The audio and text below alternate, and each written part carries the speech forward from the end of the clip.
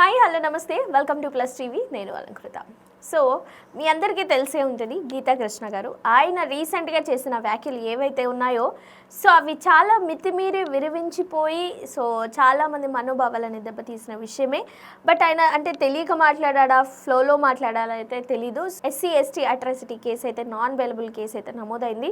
కానీ కేసు నమోదైందనే విషయం అందరికీ తెలిసింది, కానీ అది అసలు ముందుకు ఫార్వర్డ్ అయిందా లేకపోతే ఏంటి, ప్రస్తుతం ఎక్కడుంది ఆ కేసు అనేది అయితే ఇంకా ఎవరికి క్లారిటీ లేదు. మళ్ళీ అంత చప్పగా పడిపోయింది కాబట్టి అంటే ఆయన మీద యాక్షన్ తీసుకున్నారా లేదా అనే విషయం ఇప్పటివరకు తెలీదు. ఆ విషయం గురించి ఒకసారి మనమైతే మాట్లాడుకుందాం.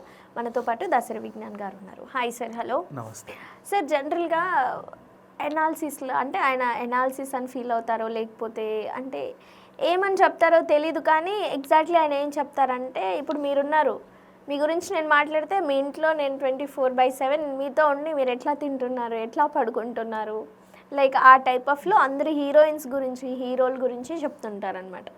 అంటే అది ఎలా అలవాటు అయిందో తెలియదు కానీ బట్ అది కాస్త రోజుకి మితిమీరి కులాలు మతాలు క్యాస్ట్లు షెడ్యూల్స్ వరకే వెళ్ళిందనమాట. సో దాని మీద మీరు ఏం చెప్తారు, ఎక్కడి వరకు వచ్చింది యాక్షన్ రియాక్షన్?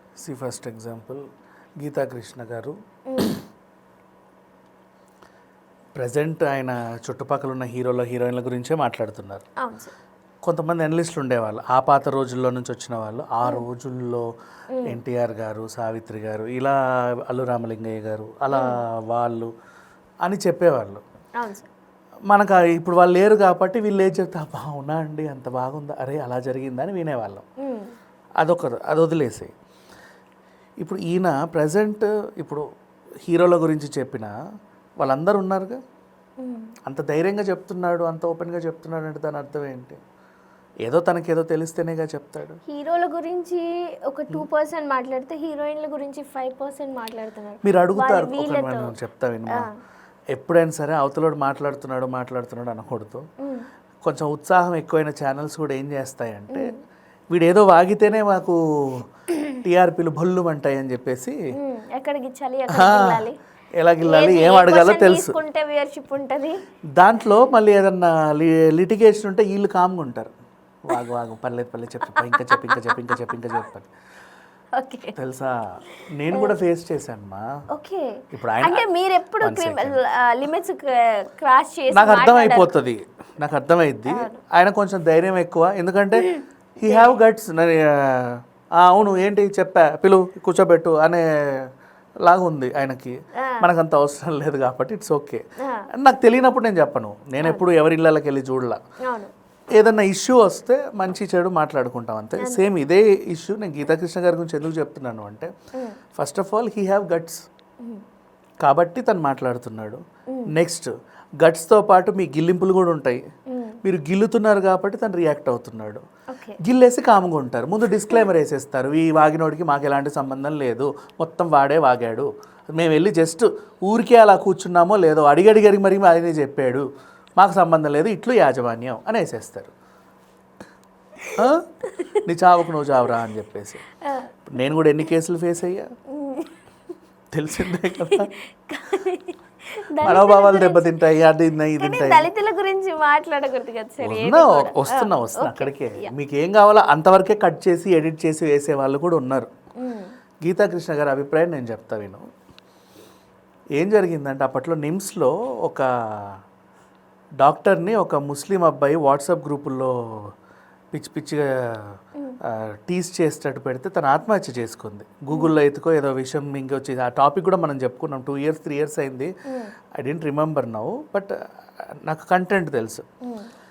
ఏమైందంటే వస్తారు రిజర్వేషన్లలో, నాలెడ్జ్ ఉండదు ఏం ఉండదు అని వీళ్ళు టీస్ చేస్తే, అయ్యో నేను మరీ ఇట్లనా, నేను అట్లనా, నేను ఇలాగా అని చెప్పేసి ఆ పిల్ల డిప్రెషన్కి వెళ్ళి సూసైడ్ చేసుకుంది.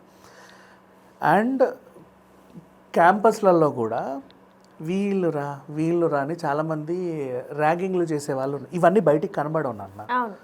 ఇప్పుడు గీతాకృష్ణ అంటే ఒక ఛానల్లో కూర్చొని యూట్యూబ్లో చెప్పాడు కాబట్టి, అది ఒక ఆయన ఎడిటింగ్ చేసి గాల్లో వదిలాడు కాబట్టి, ఆ వదిలిన గాలి మాటలు 10 మంది ఇట్లా చూశారు కాబట్టి వాట్ ఈస్ దిస్ అని రక్తం మరిగిపోయింది.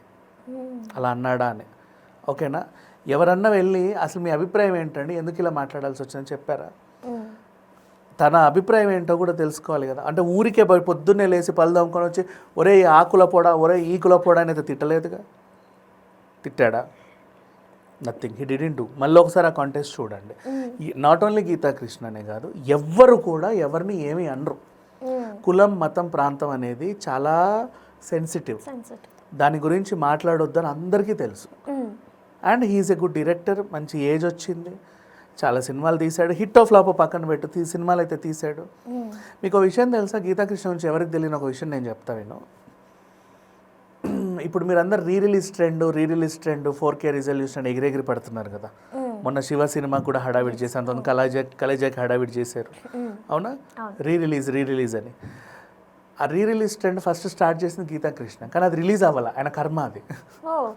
కోకిల సినిమాని దిద్దాడు. ఆ దిద్దింది కూడా 10 ఏళ్ల క్రితమే. అప్పుడు ఇంకా నీకు ఏ టెక్నాలజీ రాలేదు, ఈ డాల్బీ అట్మాస్లో ఈ రేంజ్ టెక్నాలజీ లేదు. 10 ఏళ్ల క్రితం 15 ఏళ్ల క్రితం అప్పుడే దిద్దాడు దాన్ని. ఇప్పుడు ఇంకా దిద్దితే ఇంకో రకంగా ఉండేదిలే. బట్ ఆ రోజు ఆయనకు వచ్చింది ఆలోచన, వాట్ ఎవర్. అంటే నేనే తనేం సమర్థించట్లా, కాకపోతే ఏంటంటే తన అన్న ఉద్దేశం చెప్తున్నా. ఊరికే ఎవరిని తిట్టలేదు మా తను.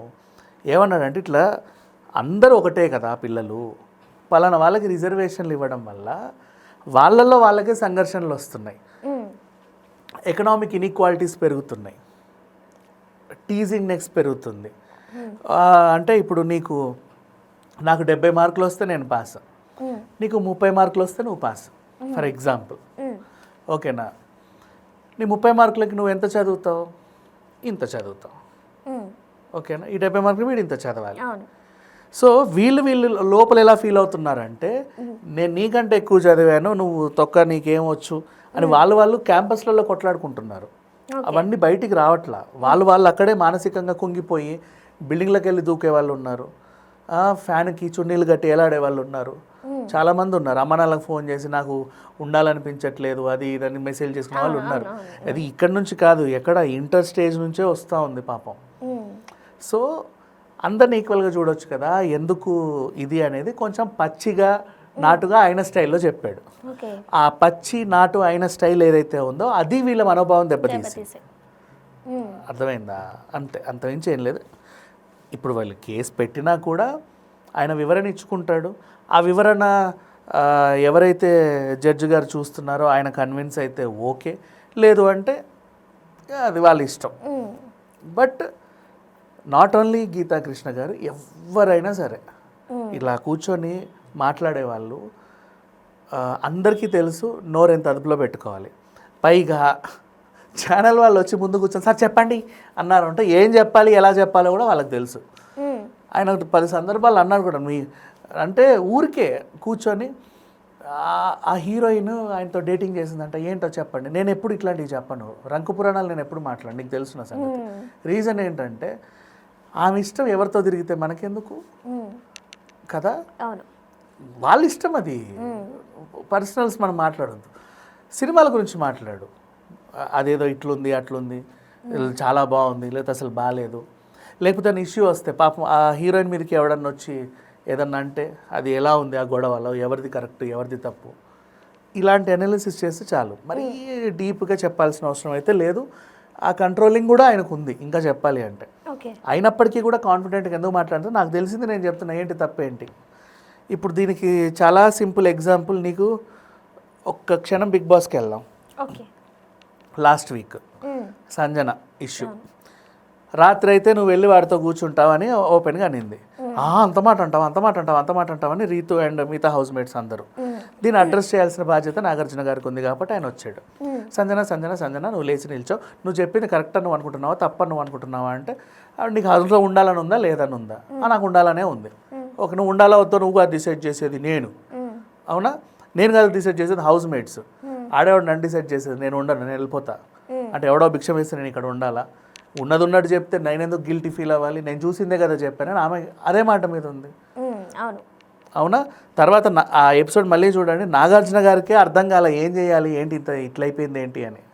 సతమతం చాలా మంది రిక్వెస్ట్ చేస్తుంటారు కదా, ఇన్ని సీజన్ల నుంచి డోర్స్ ఓపెన్ చేసి బయటకు వెళ్ళగానే సార్ ప్లీజ్ సార్ అంటారు కదా, అలా అంటారు. వెళ్తా, ఇంకా నేను తగ్గను. నువ్వెవరు నాకు భిక్షం వేసి ఉండబెట్టడానికి? నేను ఏదో చేసా కాబట్టి నువ్వు ఎర్రాలి ఇక్కడ ఉన్నా. అవును అక్కడ ఆమె నిజంగా నేను చూసా, నైట్ అయితే చాలు అక్కడికి వెళ్ళి ఆ క్లిప్పింగ్ కూడా ట్రెండ్ అవుతా ఉంది. అవును ఆ పిల్లోడు పవన్ రీతుతో ఇట్లా కూర్చొని నీకు నేను ఇష్టమేనా, ఇష్టమే అంటే నీకు నాతో అన్నాడు.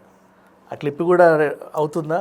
మరి ఇవన్నీ చూసే కదా ఆమె చెప్పింది, కొత్తగా ఏం సృష్టించలేదు కదా, మాట మీద ఒకే నిలబడ్డా. చైర్లో ఇద్దరు కూర్చుంటారు ఇలాగా మొత్తం. నవ్వు ఇప్పుడు గీతాకృష్ణ గారి దగ్గరికి వద్దాం.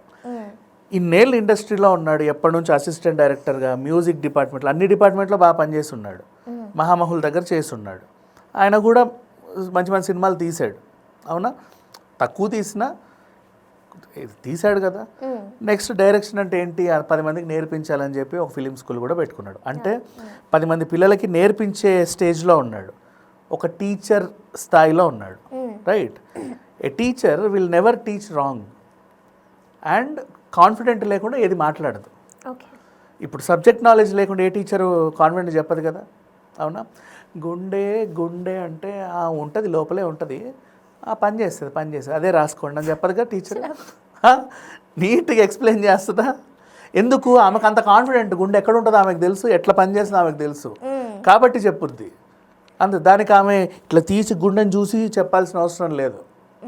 ఆ కాన్ఫిడెంట్ ఈవెన్ తనకు కూడా ఉన్నది అదే కాన్ఫిడెంట్, అందుకు అలా మాట్లాడాడు. ఇకపోతే ఈ కేసు గురించి మాట్లాడుకుంటే, తను అన్నది వాళ్ళు ఎలా ఎడిట్ చేసి ఎలా వేశారో ఛానల్ గురించి తెలియాలి, కానీ తను అన్న కాంటెస్ట్ అది కాదు.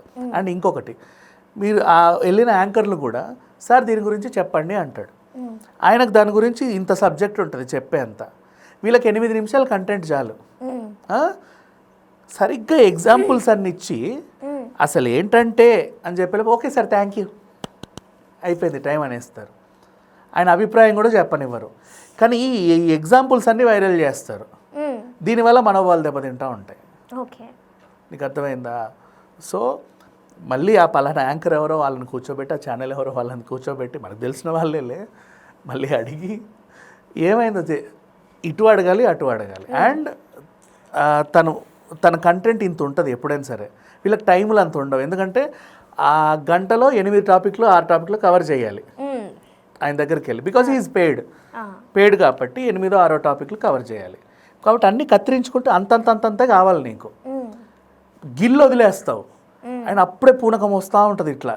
ఇంకా నేను దాన్ని వివరించాలంటే పూర్తిగా ఎగ్జాంపుల్స్ అనే వింటారు, ఆ వివరణ కన్క్లూజన్ అనేది వినరు, దండం పెట్టేసి వదిలేస్తారు. ఆ టాపికే కన్క్లూడ్ అవ్వాలా, ఆయన అభిప్రాయం పూర్తిగా చెప్పాలా, ఈలోపు దాన్ని టెలికాస్ట్ చేసేస్తావు, వైరల్ చేసేస్తావు, దాన్ని చూసిన వాళ్ళందరూ ఇక్కడ దాకా వస్తారు. ఇది సిచ్యువేషన్. తను చెప్పింది ఏంటంటే, యాక్చువల్గా కాలేజ్ స్టేజ్లలో ఇంటర్స్ నుంచే చాలామంది ఎకనామిక్ ఇన్ఈక్వాలిటీస్ వల్ల ర్యాగింగ్లు గిగ్లు అన్నీ జరిగి పిల్లలకి ఏదో అవుతుంది. సో దాన్ని ఆయన పచ్చిగా మరీ అడుక్కు తింటలేరు కదా అట్లా అన్నట్టుగా ఆయన ఏదో చెప్పాడు. అది పూర్తిగా వింటే అర్థమవుతుంది, అక్కడక్కడ కట్ చేయకూడదు. Thank you.